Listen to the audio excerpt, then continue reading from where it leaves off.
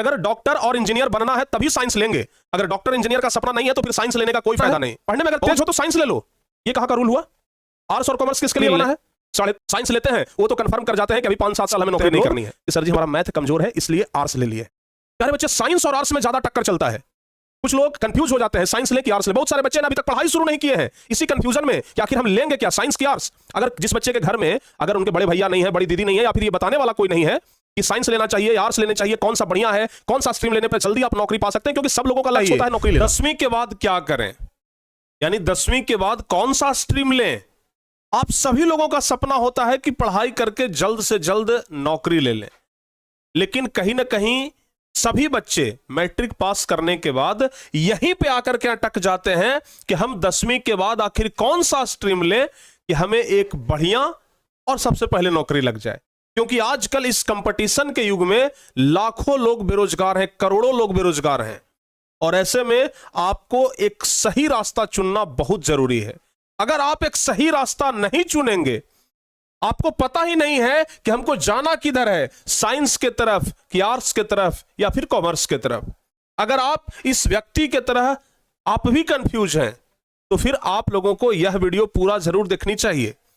क्योंकि बहुत सारे बच्चे जिनको ऐसा लगता है कि अगर डॉक्टर और इंजीनियर बनना है तभी साइंस लेंगे, अगर डॉक्टर इंजीनियर का सपना नहीं है तो फिर साइंस लेने का कोई फायदा नहीं।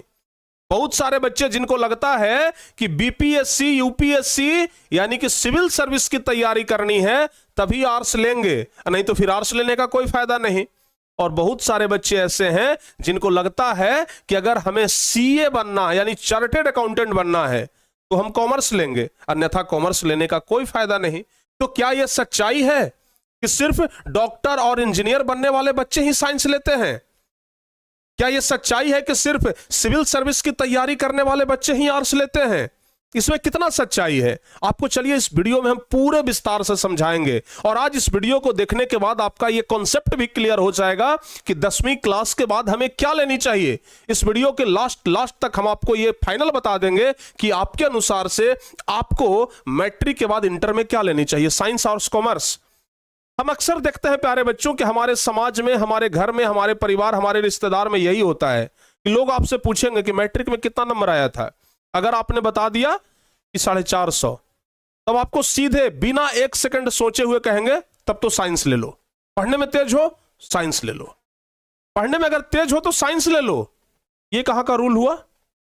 आर्ट्स और कॉमर्स किसके लिए बना है? पढ़ने में अगर तेज हो तो साइंस ले लो। ये कहां का रूल हुआ? आर्ट्स और कॉमर्स किसके लिए बना है? 350 नंबर आया है, अच्छा पढ़ने में कमजोर हो तब तो इंटर में आर्ट्स लेना, साइंस मत लेना। प्यारे बच्चे, साइंस और आर्ट्स में ज्यादा टक्कर चलता है। कुछ लोग कंफ्यूज हो जाते हैं साइंस ले कि आर्ट्स ले। बहुत सारे बच्चे ने अभी तक पढ़ाई शुरू नहीं किए हैं इसी कंफ्यूजन में कि आखिर हम लेंगे क्या, साइंस की आर्ट्स।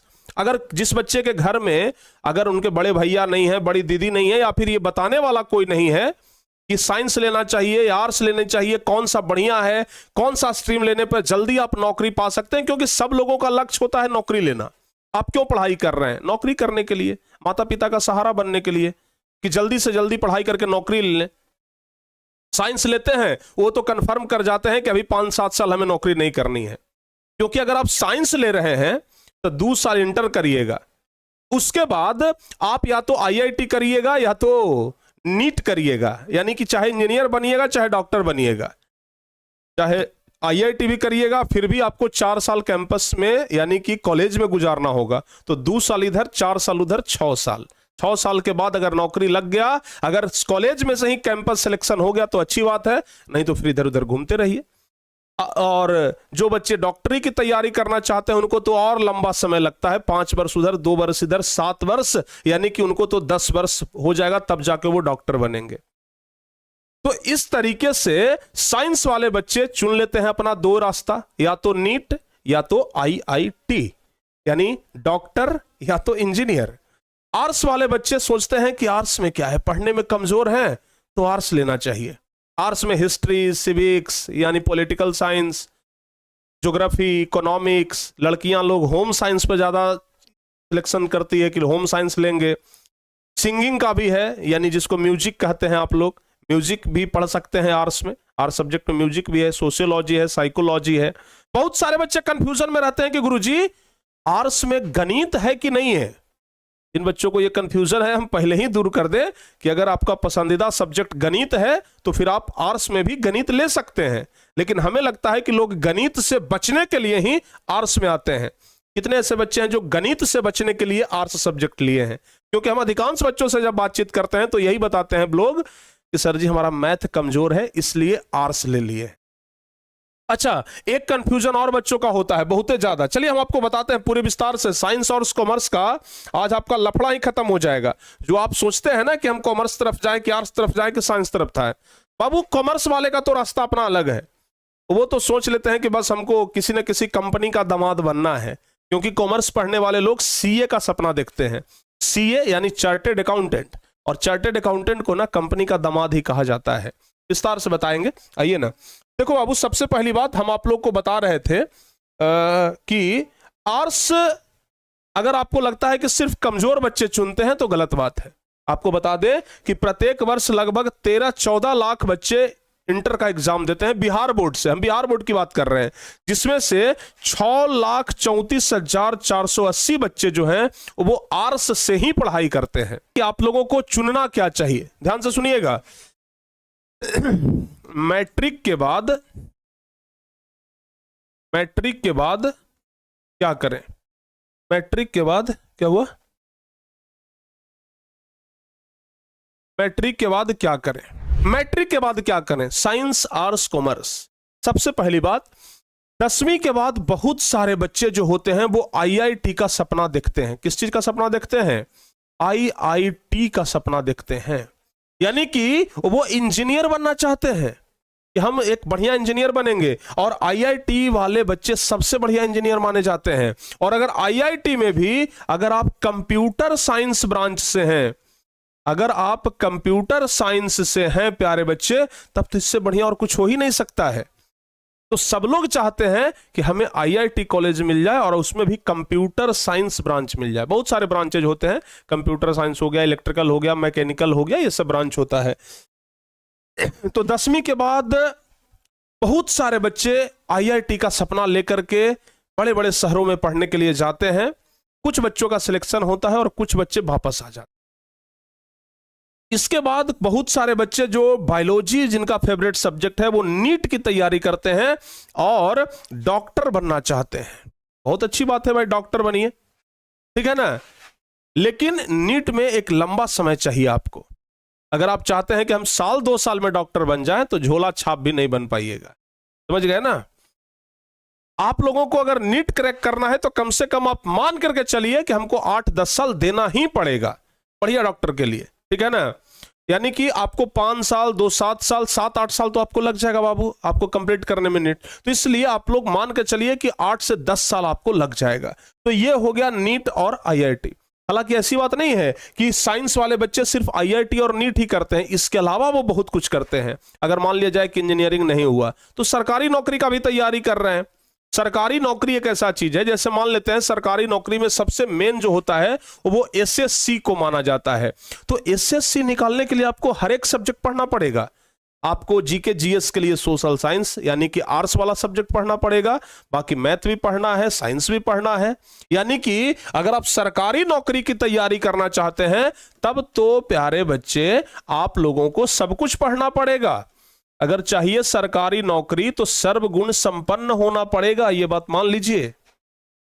अगर सिर्फ आईआईटी और नीट करना चाहते हैं तब तो फिजिक्स केमिस्ट्री मैथ पढ़ के जाइए, फिजिक्स केमिस्ट्री बायोलॉजी पढ़ के जाइए, काम हो जाएगा आपका, ठीक है ना। तो यह हो गया प्यारे बच्चों आपका साइंस वाले बच्चों का मुख्य रूप से सपना। बहुत सारे बच्चे सोचते हैं कि 12वीं क्लास कर लेंगे, साइंस से ही लेंगे, लेकिन ना आईआईटी में जाएंगे ना नीट में जाएंगे। आराम से 12वीं क्लास करेंगे, 12वीं क्लास के बाद आराम से हम क्या करेंगे, सरकारी नौकरी की तैयारी करेंगे। कुछ बच्चे 10वीं के बाद ही अपना रूट चेंज कर लेते हैं। वो बच्चे क्या करते हैं, 10वीं के बाद ही क्या कर लेते हैं पता है, पॉलिटेक्निक की तैयारी शुरू कर देते हैं। पॉलिटेक्निक कि हमको 11वीं 12वीं नहीं चाहिए, हम 11th-12th नहीं करना चाहते हैं, सीधे हम पॉलिटेक्निक करना चाहते हैं। तो बहुत सारे बच्चे सीधे पॉलिटेक्निक में आ जाते हैं।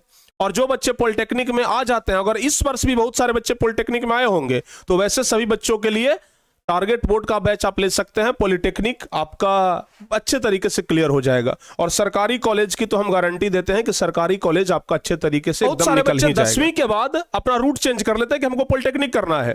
कुछ बच्चे आईआईटी की तरफ जाते हैं, कुछ बच्चे नीट की तरफ जाते हैं, और कुछ बच्चे ये सबको छोड़ देते हैं, सीधे 12वीं क्लास करते हैं, और 12वीं क्लास करने के बाद कंपटीशन की तैयारी करते हैं। अब बात करते हैं आर्ट्स वाले। आर्ट्स वाले बच्चे ना ज्यादातर आर्ट्स वही लेते हैं इनको मन में ये होता है कि हम पढ़ने में कमजोर हैं, या फिर जो सिविल सर्विस की तैयारी करना चाहते हैं। बहुत अच्छी बात है, लेकिन इसके अलावा कई एक सारे ऐसे फील्ड हैं जिसमें कि आप जा सकते हैं, ठीक है ना। आर्ट्स वाले बच्चों के लिए भी कम मौका नहीं है, बहुत मौका है, ठीक है ना। लेकिन हाँ, सोचिएगा कि आर्ट्स पढ़ करके हम आईआईटी क्रैक कर जाए, नहीं होगा। आर्ट्स पढ़ करके हम नीट निकाल लें, नहीं होगा। आर्ट्स पढ़ करके आप सिविल सर्विस में जाइए ना। बहुत सारे लोग हैं जो आर्ट्स इसलिए ले रहे हैं क्योंकि उनको सिविल सर्विसेज करना है, तो वो आराम से आर्ट्स ये कर रहे हैं। और ध्यान रखिएगा, दुनिया में सिर्फ दुए को नौकरी नहीं है, डॉक्टर और इंजीनियर, 1000 तरह के नौकरी है। हम तो सबका नाम भी नहीं जानते होंगे, लेकिन आप जब गूगल पे सर्च करेंगे, कभी मौका मिले या फिर इस वीडियो देखने के बाद आप गूगल पे सर्च करिए कि साइंस स्ट्रीम लेने के बाद जॉब अपॉर्चुनिटी, आपको दिखाएगा, ठीक है ना बाबू। जब आर्ट्स स्ट्रीम लेते हैं उसके बाद कौन कौन सा जॉब अपॉर्चुनिटी है वो आपको दिखाएगा। कॉमर्स लेने के बाद कौन सा जॉब अपॉर्चुनिटी है वो आपको दिखाएगा। अब आप लोग क्या डिसाइड करेंगे? आप लोग अपनी रुचि के अनुसार सिलेक्ट करिए। अगर आपको लगता है कि साइंस में हम फिजिक्स, केमिस्ट्री, बायोलॉजी बहुत अच्छे तरीके से लेकर के आगे जाएंगे, तो फिर आप साइंस लीजिए। अगर आपको लगता है कि हम आर्ट्स सब्जेक्ट में स्ट्रांग है, हिस्ट्री पढ़ने में अच्छा लगता है, पॉलिटिकल पढ़ने में अच्छा लगता है, ज्योग्राफी, इकोनॉमिक्स पढ़ने में अच्छा लगता है, तो फिर आप बिंदास होकर के आर्ट्स ले लीजिए। एक बात ध्यान रखिएगा, इंटर में अगर आप आर्ट्स लेंगे तो फिर ग्रेजुएशन भी आपको आर्ट्स से ही करना पड़ेगा। इंटर में अगर साइंस लेंगे तो ग्रेजुएशन आप लोग साइंस से कर सकते हैं, ठीक है ना। तो इन सब चीजों के बारे में आप लोग पहले समझ लीजिएगा। और जॉब अपॉर्चुनिटी सब में ज्यादा है। कॉमर्स वाले का तो कहना नहीं है, कॉमर्स वाले तो सीधे भाई हिसाब किताब रखना चाहते हैं, क्योंकि कॉमर्स वाले अधिकांश बच्चों का सपना हो, जैसे साइंस वाले बच्चों का कैसे सपना होता है आईआईटी और नीट, यानी जेई निकालें चाहे नीट निकाल लें, वैसे ही कॉमर्स वालों का सपना होता है सीए बनने का, यानी चार्टेड अकाउंटेंट बनने का। जानते हैं सीए एक ऐसा मतलब जॉब है जिसको कहा जाता है किसी भी कंपनी का दामाद, सब बहुत ज्यादा वैल्यू होता है और पैसा भी बहुत ज्यादा है, तो कॉमर्स वाले बच्चे भी उधर चले जाते हैं। तो कुल मिलाकर के अगर आप आर्ट्स लेना चाहते हैं, साइंस लेना चाहते हैं, या आप कॉमर्स लेना चाहते हैं, प्यारे बच्चों, अगर आप आईआईटी करना चाहते हैं तो आप अपना अलग लेवल की तैयारी करिए, नीट करना चाहते हैं तो आप अपना अलग लेवल की तैयारी करिए, ठीक है ना।